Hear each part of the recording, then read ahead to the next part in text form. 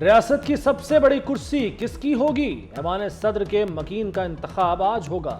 آصف زرداری اور محمود خان اچکزئی مد مقابل، سینٹ اور اسمبلیوں کے ارکان ووٹ ڈالیں گے۔ پولنگ صبح 10 سے 4 بجے تک ہوگی۔ تمام بڑی جماعتوں کی حمایت رکھنے والے آصف زرداری کی پوزیشن بہت مضبوط، 430 سے زائد الیکٹورل ووٹ ملنے کا قوی امکان۔ محمود خان اچکزئی کو 196 ووٹ ملنے کا اندازہ۔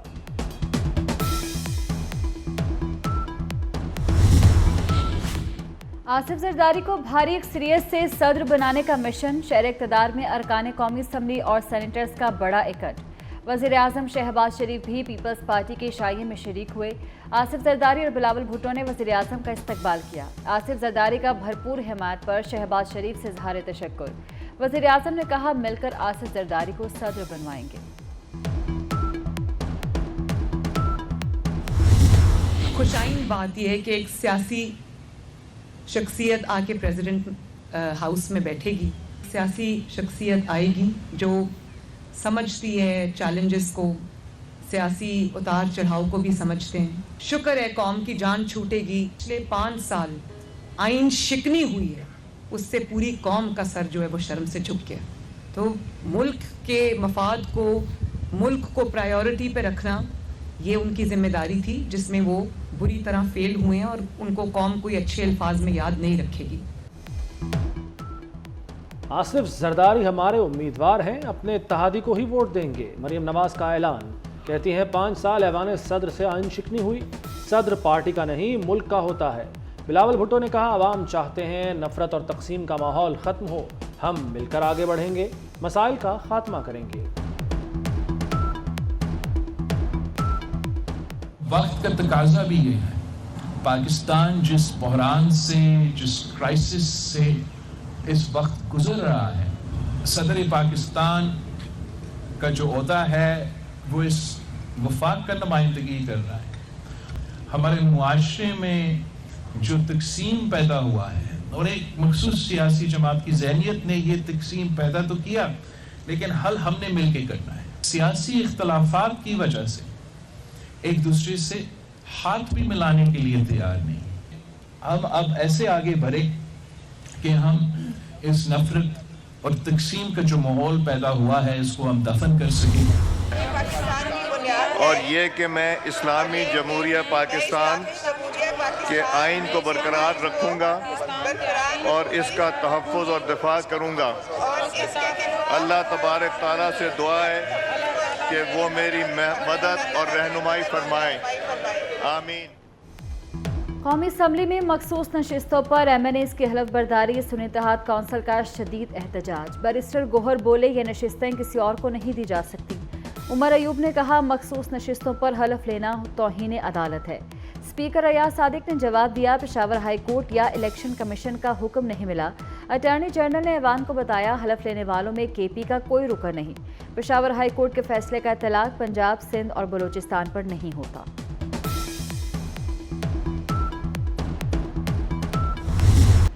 پنجاب اسمبلی کے اجلاس میں اپوزیشن کی ہنگامہ آرائی، شور شرابے میں 21 خواتین اور 3 اقلیتی ارکان نے حلف اٹھا لیا۔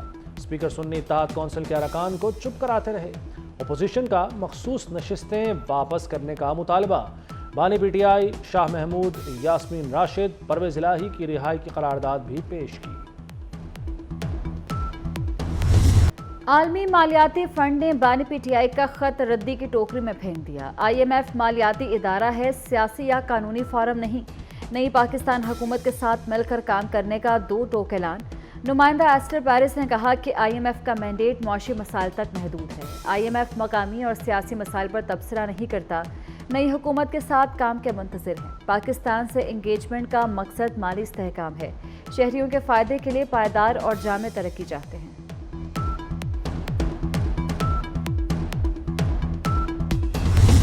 یہ فیصلہ کہ ہم نے دن رات محنت کرنی ہے، دن رات محنت کرنی ہے، ایمانداری سے قوم کو ہم نے یکسو کرنا ہے۔ ہم نے نفرتوں کے بجائے محبتوں کے پھول وہ نچھاور کرنے ہیں۔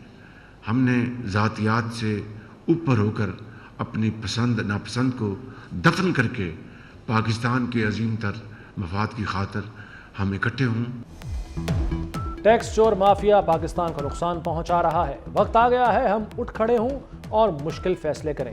معاشی فیصلے اشرافیہ کے لیے کڑوے ہوں گے، ادھار کی قومی زندگی مزید نہیں چل سکتی۔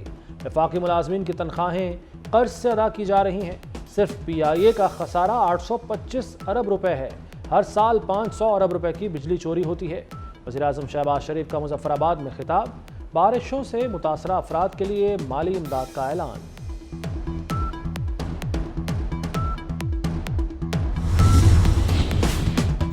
ملک و قوم کی خدمت کا عزم، محسن نقوی نئے محاذ پر سرگرم۔ پنجاب کے بعد ایوان بالا میں خدمات کا فیصلہ، محسن نقوی آزاد حیثیت سے سینیٹر کا الیکشن لڑیں گے۔ سابق نگران وزیر اعلیٰ کو سینیٹر بننے پر وفاق میں اعلیٰ ذمہ داریاں ملیں گی۔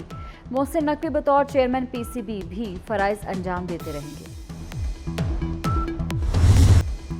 کیا علی امین گنڈاپور بانی پی ٹی آئی سے بھی زیادہ طاقتور ہیں؟ وزیر اعلیٰ کے پی نے بانی پی ٹی آئی کا حکم ہوا میں اڑا دیا۔ اڈیالہ جیل میں پکی ہنڈیا بیچ چوراہے پھوٹ گئی۔ تیمور سلیم جھگڑا نے دعویٰ کیا ہے کہ بانی پی ٹی آئی نے مجھے وزیر خزانہ بنانے کا کہا تھا۔ اڈیالہ جیل کی ملاقات میں عمر ایوب کو ہدایت کی گئی تھی۔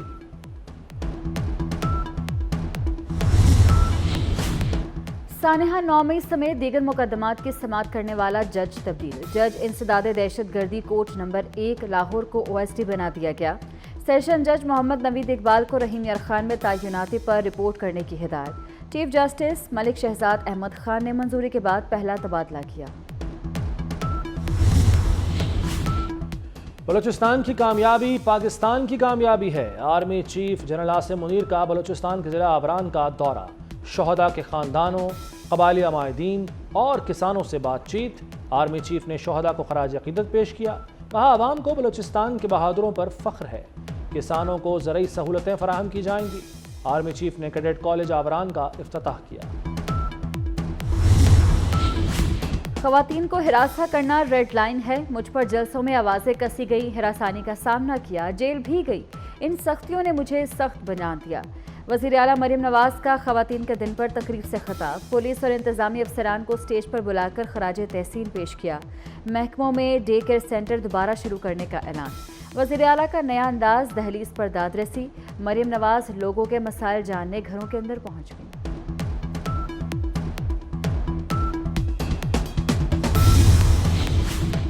آئین کے منافی کوئی قانون سازی نہیں ہو سکتی، اسلام خواتین کو تمام حقوق دیے گئے ہیں۔ چیف جسٹس کا یوم خواتین کی تقریب سے خطاب، کہا حدیث ہے کہ جنت ماں کے قدموں تلے ہے۔ جسٹس منصور علی شاہ نے کہا کہ عدلیہ میں 50% خواتین ہوں، خواتین جج 10,000 ہونی چاہیے۔ پاکستان سمیت دنیا بھر میں خواتین کا دن منایا گیا۔ خواتین دنیا میں خوبصورتی، وفا اور محبت کی علامت۔ پاکستانی خواتین نے زندگی کے ہر شعبے میں کامیابیاں سمیٹیں۔ آج کی عورت پہلے سے کہیں زیادہ باشعور، باہمت اور با اختیار ہے۔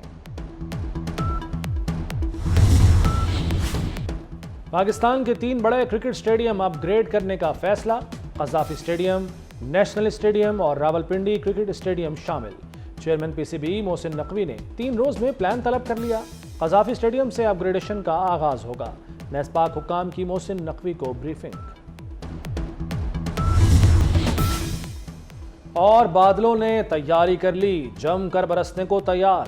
پی ڈی ایم اے نے 11 سے 14 مارچ تک پنجاب بھر میں طوفانی بارشوں کا الرٹ جاری کر دیا۔ لاہور، گجرانوالہ، راولپنڈی، مری، ملتان اور ساہیوال اور اوکاڑہ میں بارشیں ہوں گی۔ ضلع انتظامیہ غیر یقینی صورتحال سے نمٹنے کے لیے تیار رہے۔ ترجمان پی ڈی ایم اے کے مطابق بارشوں سے سردی کی شدت میں اضافہ ہوگا۔